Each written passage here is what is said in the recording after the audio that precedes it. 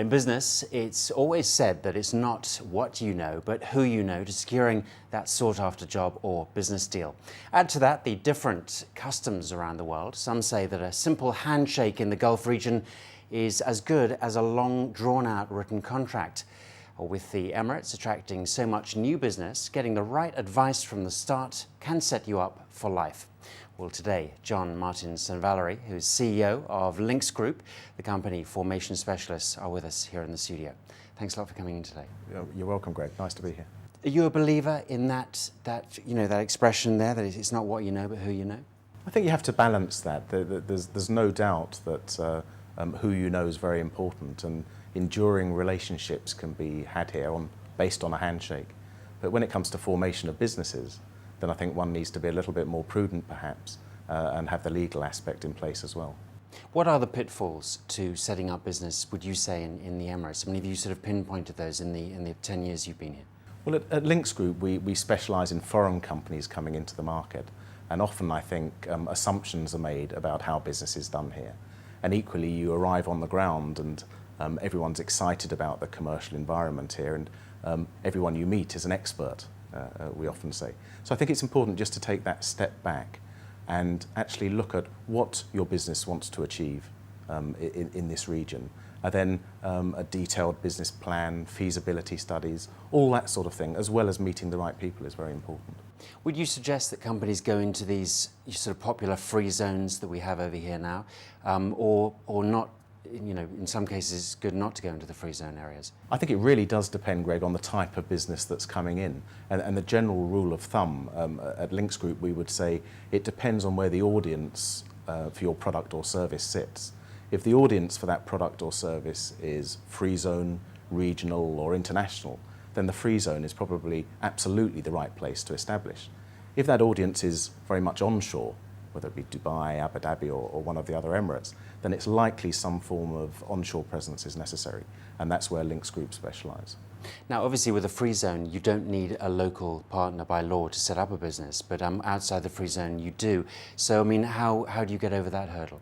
Well, again, depending on the structure of your business, and the way advice normally would be given to foreign companies would be in conjunction with the relevant lawyers or legal counsel in town as well. But basically, again, talking about a rule of thumb, if a branch of a foreign company is being established, then a national service agent or sponsor is required.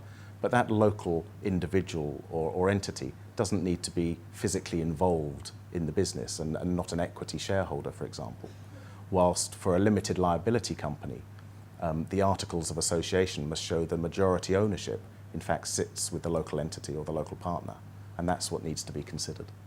How important is it to have local know-how? I mean, you say when people come here, they say, well, we're experienced, we've done this, let's say in London or New York, and we know how to do business. But there are differences, aren't there? Yes, well, we're guests here of the local government and the rulers of Dubai, if we're looking specifically in Dubai. As expatriates, we need to be working with the Emirati population to continue to build the fantastic commercial environment that exists.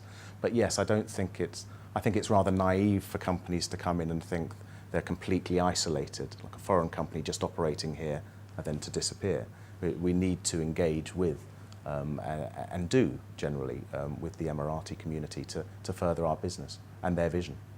Now, would you agree with this fact that even often a handshake here is as good as a contract? I mean, that's known in the local environment, business environment, but it doesn't always make sense, though, does it? Well, I think it's very important to have that, particularly for businesses establishing onshore, to understand and maintain the relationship with your potential or existing local partner. And that can be very useful when dealing with government departments or certain commercial dealings. To be working closely with your local partner is no bad thing, and that's what we encourage. Now, I mean, obviously, we've heard actually in the last 6 months, Dubai has entered the top 10 for the first time of being one of the most expensive places for office space. You know, is it putting businesses off, do you think, setting up here? I think, again, new companies coming in really do need to consider that cost, the cost of real estate generally, whether it's for commercial premises, for residential premises, etc. But then you look at other statistics and see that The latest we heard that 300 new companies are establishing in Dubai every week. That's not free zone, that's onshore.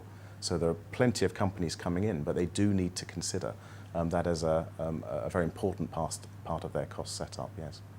And basically, just finally, as we round up, I mean, it's obviously not something you can read from a textbook. It's something that the details are changing all the time regarding setting up companies. Absolutely, and I think that, the best piece of advice is you need to be on the ground. Sometimes companies try and do it from afar, perhaps through legal or consulting advisors, but you need to be here on the ground to meet the people, and back to the handshake, that needs to come into play at some stage. Great. John Martin St Valery, thanks a lot for coming in today. You're welcome, Greg. Appreciate Thanks. that. Thanks. Well, there we are. That's the latest for this edition of Inside Business. You can contact us, as ever, by writing to ib@city7tv.com. But for now, from all of us on this edition of the programme, goodbye and thanks for watching.